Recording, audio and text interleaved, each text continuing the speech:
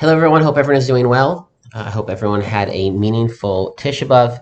Is now today preparing for Shabbos, and we'll have a wonderful Shabbos tonight and tomorrow. In our Erev Shabbos videos of our Torahs, we started last week focusing on the first section, the grouping of the first three brachas in Shemona Esrei. We spoke about the first bracha last week, and we now turn our attention to the second bracha. The second bracha is a confusing bracha because there is a basic question: what is this bracha about? In the writings of Chazal, our sages refer to it as Gevuros, God's might and power. And indeed, that is how the bracha begins. Atah Gibor Le'olam Hashem. You are eternally powerful, mighty, Gibor. And so the bracha would seem to be about God's power, His omnipotence, His might. However, when we read the body of the bracha, it seems to be about God's kindness. Mechalkel Chaim B'Chesed. He bestows life with kindness. Mechayeh Meitim B'Rachamim Rabim. He resurrects the dead with great mercy. Somech Noflim V'Rofei Cholim Matir Asurim. He supports those who are falling. He heals those who are ill. He releases those who are imprisoned or bound up. Doesn't seem to be about God's might and power. It seems to be about His kindness. And thirdly, the bracha seems to be about something different. It seems to be specifically about Tchias HaMeisim, the resurrection of the dead. The fact that Hashem is Mechayeh HaMeisim, the one who brings and will bring even those who have died back to life, that is referred to 5 times in this one bracha. Atah Gibor Le'olam Hashem Mechayeh Meisim Atah. You are the one who resurrects the dead. Mechayeh Meisim B'Rachamim Rabim. You resurrect the dead with great mercy. 2.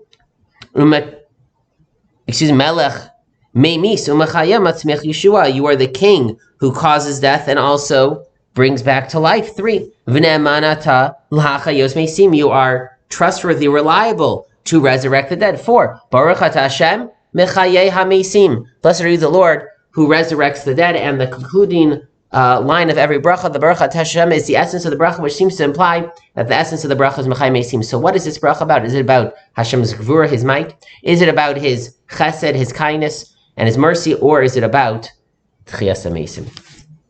Why would Chazal put such a stress on Tchias HaMeisim in the beginning of Shemona Esrei? And I think one way to understand it and experience it is as follows. The first bracha is about focusing us to know, to realize that we are talking to Hashem, that we have a connection to Hashem, that He knows us and loves us and cares about us and listens to us and wants to respond to our requests.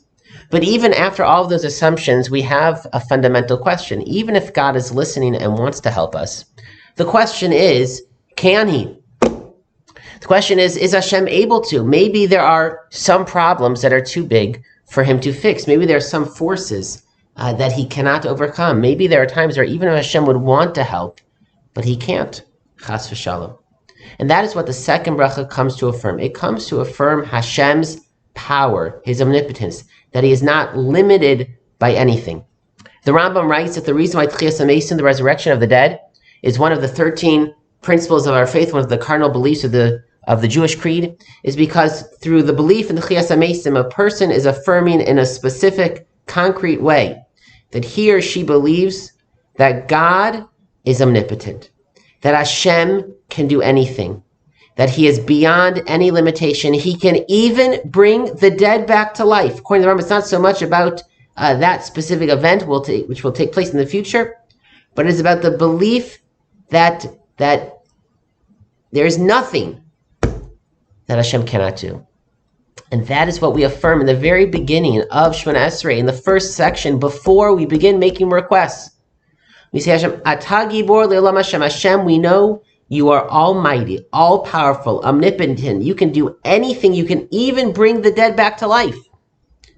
And we know that power, you use Hashem, you want to use Hashem, not to destroy enemies, not to be strict, to punish. You want to use that power to help, to cure, to solve problems. The reason why Hashem could cure every illness is because He's omnipotent. It's not only rooted in His kindness, it's rooted in His power. There is no jail that Hashem, whether that's an actual physical jail, Matir Asurim, whether that's a psychological, emotional jail, whether we feel we are stuck in life in a situation, there's nothing that Hashem cannot free us from. He can even free us from death. And that is because his kindness is infinite, but it is also rooted in the fact that his power is infinite. We affirm to ourselves in this second bracha, when we are standing before Hashem at the very beginning of the Shemoneh Esrei, that there is nothing I can't ask, because there's nothing that Hashem cannot solve or fix or make better. Chazal teach us not to daven for something which would be an actual miracle that breaks the laws of nature. But other than that, because we shouldn't assume that we are worthy of such a miracle, even though Hashem can do it, but other than that, there's nothing that we can't ask for. And the more we believe that, the more we feel that Hashem can fix anything. He can be Mechayeh HaMeitim. He's Somech al Noflim, Rofei al Cholim, Matira al Asurim. The more we believe that he can help us, then there is that spiritual vessel for him to appear, to connect, to intervene in our lives, and in fact do that. If we don't feel like Hashem can do it, if we feel like it is impossible, we don't have that faith in Hashem, then there is no space for Hashem to actually do it. But if we believe Hashem can, then there is the opportunity for him to do it. And that is why this bracha, the three themes are united. His power, which he uses to help and to heal and to give and to be kind. And he uses that power to overcome any limitation, solve any problem, even as to the extreme of being Mechayeh HaMeitim. And that is why that is such a core belief for tefillah in particular, and why it appears in the beginning of Shemoneh Esrei. Tefillah is meant to be life-affirming. Tefillah is meant to revitalize us. We should feel more alive every time we daven. And in that way, every tefillah can be kind of tchiyas hameisim, the part of us that has been dormant or is sad or is dead, is brought back to life, we should all feel that every time we daven, in particular when we daven this very important bracha of Mechayeh HaMeitim, Atah Gibor Le'olam Hashem. It is such an important bracha, a linchpin for our entire tefillah experience, and hopefully these thoughts will make the bracha more meaningful for you the next time you daven and in future occasions.